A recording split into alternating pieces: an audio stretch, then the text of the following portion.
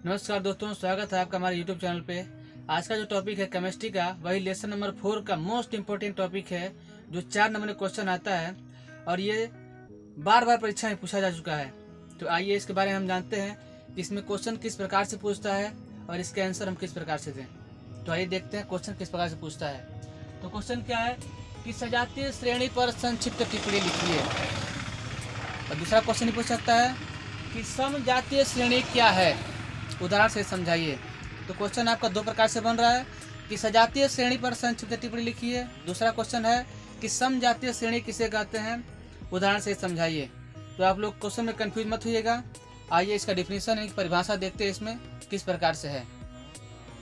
तो देखिए परिभाषा क्या है कि कार्बनिक यौगिकों का वह समूह जिनका रासायनिक सूत्र, ध्यान रहे कि जिनका रासायनिक सूत्र एवं क्रियात्मक समूह एक जैसा हो, कैसा हो, एक जैसा हो, उसे समजातीय श्रेणी कहते हैं, उसे समजातीय श्रेणी कहते हैं।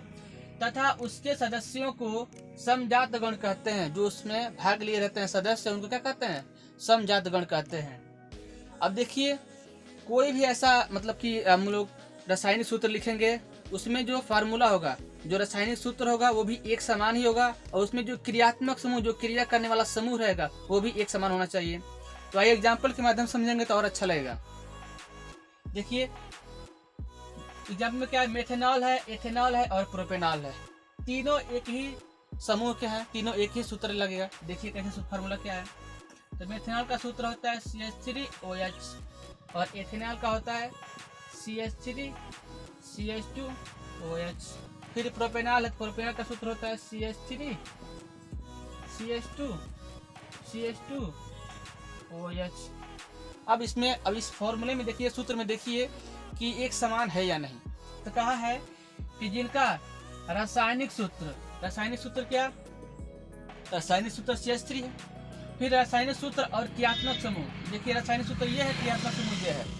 तो देखिए तीनों में समान दिख रहा है कि नहीं, इसमें भी CH3 है, इसमें भी CH3 है, इसमें भी CH3 है। तीनों में रासायनिक सूत्र लगभग समान ही है। फिर कह रहा है क्रियात्मक समूह, तो क्रियात्मक समूह इसका ये है। तब देखिए तीन में क्रियात्मक समूह समान है कि नहीं, तीन में भी वही है, इसमें भी OH है। ठीक है, तो आपको समझ में आ गया होगा कि ये समजातीय श्रेणी क्या है। तो समजातीय श्रेणी क्या है, जिनका रासायनिक सूत्र और क्रियात्मक समूह एक समान हो, उसे समजातीय श्रेणी कहते हैं। अब इसमें पूछता है कि समजातीय श्रेणी के कुछ लक्षण बताइए। तो आइए हम लक्षण देखते हैं कि सजातीय श्रेणी के मुख्य लक्षण क्या है। तो देखिए सबसे पहले हम लिखेंगे कि सजातीय श्रेणी के मुख्य लक्षण निम्न है।